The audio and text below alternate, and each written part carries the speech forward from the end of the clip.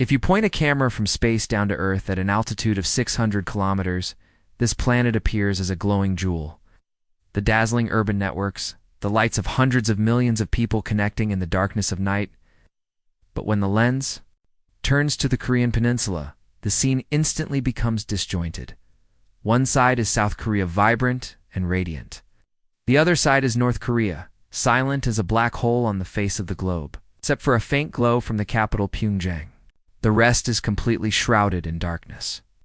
North Korea is not just about missiles or military parades. It is a labyrinth of fear, control, and even quiet, underground currents of life.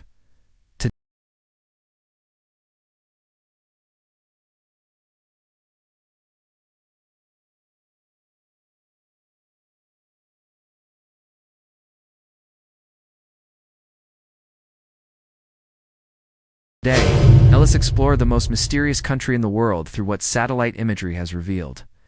We welcome you to join us. When the sun rises, the morning light strips away that dark veil, revealing a colder reality. Cities designed not for development, but for control. Thousands of military bases are hidden deep within mountains.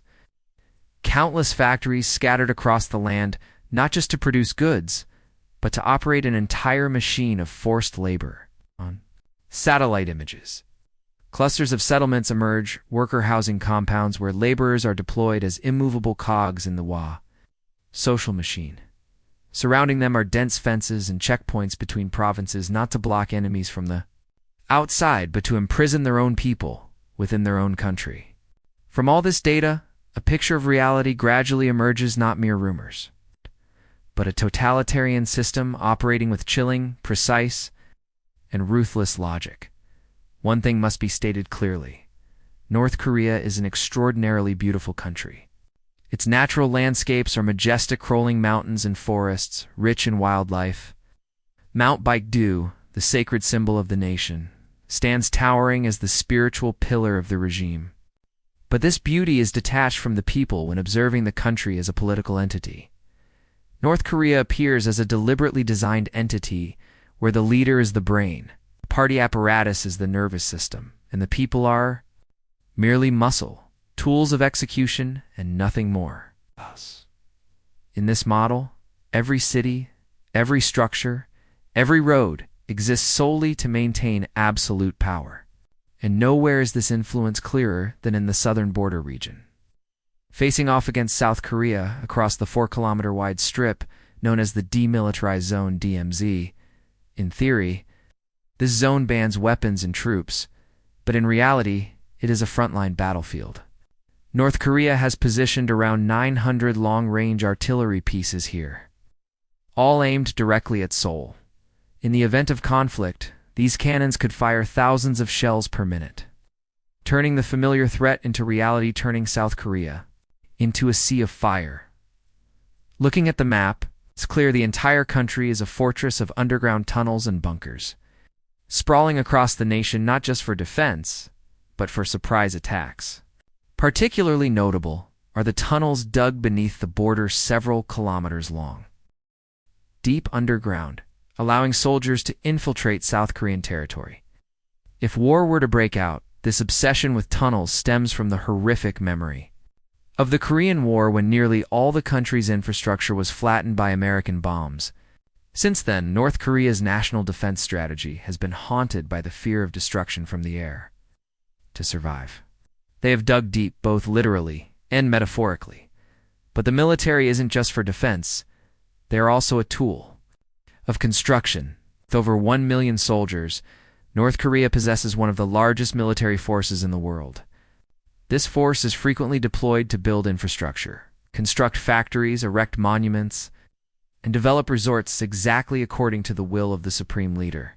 In reality, the entire country is not run for the people, but for one family. In Pyongyang, military bases are strategically placed around the residential areas of the Kim dynasty. Nameless hills are in fact fortified military bunkers, heavily reinforced and interconnected by tunnel systems, forming an escape labyrinth. In case of a coup or surprise attack, all escape routes have been pre-planned armored trains, hidden helicopters inside mountains, and even underground tunnels crossing into China. The irony is that while the nation suffers from power shortages, hunger, and lives in fear, Pyongyang, the capital of the elite, hosts over one-third of the country's entire air defense system. Every inch around Pyongyang is encircled by radar, anti-aircraft guns, and layers of security fencing. While rural areas, border regions, and provincial cities are nearly abandoned, North Korea's military system isn't just about artillery. Missiles ranging from short-range to intercontinental. Ballistic missiles form the backbone of its deterrence strategy. Missile tests surged under Kim Jong Un, and many of these were conducted at launch pads buried deep in mountains. Designed to survive preemptive attacks, propaganda is an indispensable cog in North Korea's power machinery. In the capital, every structure serves this purpose: grand monuments, empty boulevards, and Kim Il-sung Square, where military parades and strength demonstrations are regularly held. Most of these events are meticulously staged, broadcast live nationwide and to the world, sending the message: North Korea remains strong, enduring, and its leader is invincible. Meanwhile, along the border regions, especially those adjacent to China's massive barrier system, is being erected not to stop foreign invaders, but to prevent citizens from escaping. Stretching thousands of kilometers, the system is cutting off every final escape route. Even within the country, freedom of movement is severely restricted. People cannot leave their province without permission. Checkpoints appear every few dozen kilometers, as if the nation has fragmented itself into isolated, sealed-off zones. Yet, some still manage to defect successfully, later revealing truths never seen in state media, from defector interviews, satellite data, and internal documents. A comprehensive picture of daily life in North Korea is being pieced together, life controlled from birth to death. Many North Korean cities today are being rebuilt from the rubble of the Korean War. Newly planned cities are not designed for residents' convenience, but for easier control. Every square, every boulevard, every housing complex serves one goal: reinforcing ideology. This ideology is poured into concrete, painted on walls, carved into monuments, and forced into every daily activity. In many cities, urban layouts revolve around a central square where every road leads. This is where ceremonies, parades, tributes to the leader, and mass rallies are held. Wide avenues cut through cities, but are often eerily empty. Private cars are rare. State-run buses are the main form of transport. Individuals do not own vehicles, so parking lots are nearly non-existent. In central squares, crowds move in synchronized, precise formations, so perfectly aligned they seem inhuman. This is no accident. It results from months of rigorous training. Every movement is choreographed, every smile controlled. Sports are also a political tool. Massive stadiums, sometimes modern, sometimes abandoned, scatter across the country. Some host competitions, while others, according to defectors, have been sites of public executions, turning sports into rituals of fear-based control. Satellite images show entire cities built in a short time. One prominent example is the city built at the foot of Mount Baidu. In less than 2 years, a modern city emerged in the mountainous region of Wangpun. Investigations reveal that to meet this deadline, the government mobilized youth brigades, young laborers forced to work 10 to 12 hours a day under harsh conditions. This wasn't just construction, it was a test of loyalty to the party, a form of political indoctrination through forced labor. As leaked videos show, construction quality is often poor. Markets, though deemed politically dangerous, became a lifeline during the 1990s famine. After the Soviet Union collapsed, millions died, and black markets were the only thing keeping survivors alive, despite crackdowns. Markets sprouted everywhere from rural villages to the capital Pyongyang. Under Kim Jong Un, the government stopped completely eradicating them. They turned a blind eye to a degree, tolerating small-scale trade as long as it didn't threaten the political system. Thus, a shadow economy emerged on one side, a slow, inefficient, state-planned economy. On the other, a gray market where people scrambled to survive. China is the decisive link in this system. Most goods in black markets come from China-rice clothing, cheap electronics from border provinces. Smuggled goods cross rivers, loaded, onto boats and trucks, weaving into North Korea like lifeblood sustaining the weak body of the regime. The irony is that the centralized socialist economic model has completely failed in wealth distribution. While the very market the regime tries to destroy is what brings life, and thus, markets become a silent threat, not just providing goods, but spreading ideas, exchanging information, and fostering the belief that life outside state control is possible. The regime knows this well. Whenever markets grow to large, they crack down, raids, confiscations, protection fees, and taxes on black markets are part of a strategy of controlled tolerance, but control is never absolute, and this illegal fragmented network, though small, is achieving the unthinkable, breaking the state's monopoly on survival. If black markets are the people's quiet front of survival, then prisons are the most naked face of absolute power. Every totalitarian regime needs an invisible space to maintain fear, and in North Korea, prison camps are exactly that space. There are hundreds across the country: short-term detention centers, labor re-education camps, and massive political prison camps holding anyone deemed disloyal. No trial, no evidence needed. Just suspicion. Crimes don't have to be actions. They can be thoughts, words, or even a wrong glance. Once labeled a political criminal, you don't suffer alone. The 3 generations of guilt policy ensures parents, spouses, and children are all taken away, a form of bloodline extermination that forces every citizen into absolute self-censorship. On maps, these camps lie deep in forests and mountains, isolated from all civilian areas. A prime example is Camp 14, one of the largest in the north. Zooming in on satellite images, you see guard towers, barbed wire fences, production buildings, and cultivated fields, all forming a forced labor machine disguised as re-education. Their children are born, grow up, and die without ever knowing freedom from age 4. They are forced into labor, carrying firewood, picking minerals, planting vegetables, making bricks, burning lime. Every hard task becomes part of their education. According to the United Nations, North Korea's prison camp system is among the most severe human rights violations in modern history, not because it happens in secrecy, but because it exists openly in the modern world. Visible through satellite imagery, witness testimonies, and international human rights organizations, yet, to this day, the Pyongyang regime denies these camps exist, claims North Korea has no political prisoners. But the truth is obvious. On maps, camps housing up to 50,000 people, they work 12 hours a day, unpaid, without medicine or a voice. The dead are buried in forests. The sick are abandoned, and most terrifyingly, even inside the camps. A miniature society exists with squares, monuments, and ideological classrooms. A society within a prison, and a prison within a nation.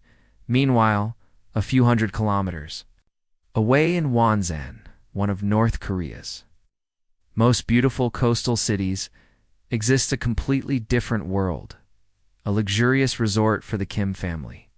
Next to the International Children's Camp, where foreign children are invited to play and interact, stands a cluster of seaside villas protected by electronic fences, armed guards, and private rail lines there.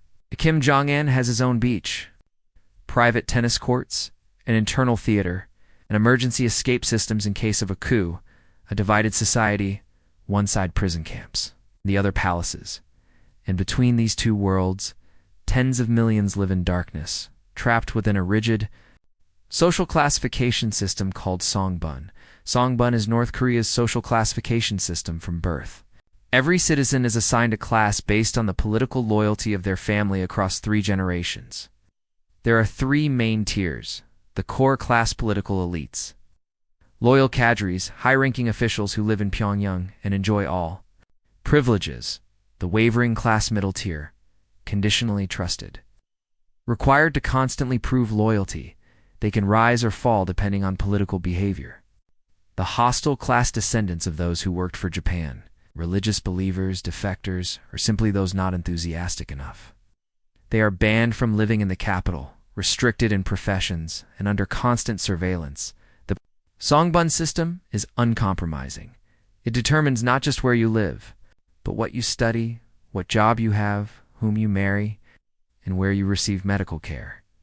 If you're from a low class, your children are excluded from elite schools, denied university access, and blocked from good jobs, regardless of actual ability. For those in the core class, Pyongyang is an isolated paradise. Here, the subway system runs hundreds of meters underground, partly to avoid bombs, partly for spectacle with grandiose architecture, boulevards cut through the city clean, wide, and surreal. Like the 105-story Rujong Hotel, standing alone like an alien object, a testament to propaganda-driven, extravagant architecture, massive and grand, but with little practical function. The Rujong Hotel was abandoned for years due to inability to complete interior fittings and lack of electricity. It's little more than an empty symbol, kept standing. As a declaration, we can build the tallest, the biggest. The entire city of Pyongyang resembles a state theater not built for real needs, but to tell a story of power, order, and grandeur, despite the opposite reality. Every facility from water plants to cinemas to sports centers serves propaganda. Few people actually use them. They exist, so the international lens sees them and believes North Korea is progressing. One of the strangest examples is the presence of Orthodox and Protestant churches. One Orthodox church was built as a gift for Russia to welcome visitors. Another Protestant church was rebuilt on the site of a church where Kim Il-sung's mother was once a believer. This is evidence North Korea claims to have religious freedom. But in reality, religion, another form of loyalty, is seen as a threat to supreme authority. In North Korea, there can be no second loyalty. The irony and the horrors that Pyongyang appears beautiful from satellite images or rare tourist footage. You see a well-planned, clean city, no trash, no traffic jams, but that's because most of the population isn't allowed to enter. This is a stage for the core class, where privilege is displayed, not a place for ordinary people to live. And right here, Kim Jong Un has one of his most secretive mansions, atop a hill surrounded by underground bunkers, escape routes, tunnels leading to an airport. Nearby is a special garrison once mistaken for a concentration camp. But satellite analysis shows it's where elite bodyguards are stationed, protecting the leader personally. A steel ring is built to ensure power will never be threatened. But not all abnormalities are in Pyongyang. When you leave this central stage and look toward rural North Korea, you enter another world, one of forced labor, collectivized life, where people don't just live in poverty, but are dissolved into a system that allows no individual to stand out. In the countryside, a recurring image appears: rows of identical houses, lined up like a chessboard, usually next to a single factory. Each community is a labor cooperative where people work, live, and die in a closed cycle. They cannot choose their jobs or move homes. Once assigned to a place, that's where they spend their lives, like screws tightly fixed into a machine. Immobile, unresisting.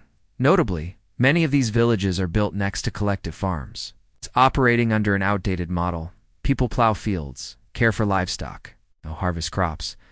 But most produce is distributed by state plans, with little left. For personal use, every day is a repetition. Wake up, work, propaganda, rest, repeat. The Kim Jong Un regime is particularly obsessed with greenhouses. Across rural North Korea, massive greenhouse complexes have been built within a few years. Barren land has transformed into a crisscrossing network of white glass panels, reflecting sunlight like mirrors trapped in a desert. The goal of this greenhouse campaign is to demonstrate food self-sufficiency and prove to the world that North Korea is developing high-tech agriculture. In reality, most productivity comes from forced, unpaid, unprotected labor. This becomes even clearer when zooming into worker communities, where housing, kindergartens, clinics, and shops all belong to a single managing unit. Every alley is monitored, every action recorded. A small mistake, a wrong word, can lead to re-education, labor, or worse, disappearance.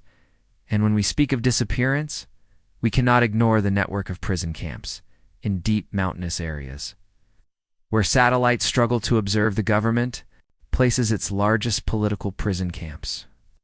These camps are like separate planets, closed, independent, self-sustaining. They have farmland, animal pens, factories, and even liquor distilleries, many likely supplying Pyongyang directly. A horrifying detail. There are schools in the camps, but not for prisoners' children. They are for the children of guards.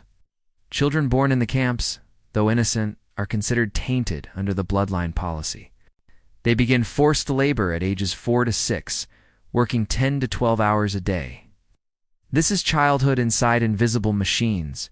When viewed from above, something strange appears, even in prison camps.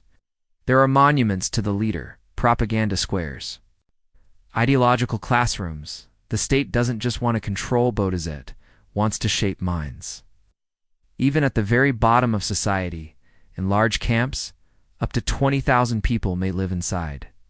But living doesn't mean being recognized. No documents, no names on records. They are ghosts of the system. Once you enter the camp, there's nearly no way out. This mechanism of erasing existence is the core of all totalitarian regimes. Invisible fear. You don't know when it will come. You don't know what you did wrong. You don't know who will point the finger at you. This is the state of North Korea. Everyone is a link in a chain of mutual surveillance, a nation where the entire population becomes a silent tool of controlling each other. Yet, amid all this repression, something strange persists. Humanity, it sounds irrational, but in the darkest places, community bonds emerge most clearly. People who live in the same village, together for life, develop close, intimate relationships. They rely on each other to survive, sharing food, helping each other avoid surveillance, exchanging information, protecting one another from surprise government inspections. One defector once said, in North Korea, I was hungry, threatened, and witnessed terrible things. But I also felt warmth. Neighbors shared rice, mothers took neighbors' children to school. People with nothing still shared what little they had. So if you ask me what North Korea is like, I'll say it's a place full of love. This is what Western media often overlooks because stories about missiles, parades, and repression are far more compelling than a family sharing rice cakes during Lunar New Year. But if we only see North Korea through the lens of weapons and military might, we miss the human element, the very thing that, despite isolation, prevents the country from completely collapsing. Communities, though broken by control, still exist as underground currents. And it is these hidden network secret markets, quiet stories that reveal the deepest truths about this country. When viewed from above, from satellite maps, military structures, prison camps, and empty boulevards, North Korea appears as a massive, cold, precise machine of power, running on fear and control. But if you look deep enough, you'll see something still existing beneath that steel shell. Human beings. This is a country where, in the most extreme conditions, people cling to life. At all costs, they build black markets, create communities that share and protect each other. They find ways to live, to love, to laugh even in the gaps between two household inspections, in a system programmed to erase the individual. The very persistence of the individual is what prevents the system from achieving absolute omnipotence, and somewhere in that, there is still hope. From a political perspective, North Korea is an extreme example of a totalitarian dictatorship, where every social institution revolves around a single center, the leader. Here, the party is not the people's representative, but the embodiment of the Kim family's will. And the most dangerous thing for such a regime is when people discover the outside world even through smuggled DVDs, USB drives from South Korea, or stories from relatives who defected, when they realize life exists beyond silent resistance. Begins to sprout. This is what the North Korean government fears most. They understand they cannot allow people to dream, because once a dream is planted, no propaganda or bullets can extinguish it. And thus, the regime's greatest fear is not American missiles, nor war with South Korea. It is the awakening of its own people, and if change is to come, it will come at a cost of suffering, finally. What's worth pondering is that North Korea is not just a nation of missiles, parades, and re-education camps. It is also a place where people love, grieve, and hope just like anyone else on this planet. It is a country where fear reigns, but also where love still finds cracks to seep through.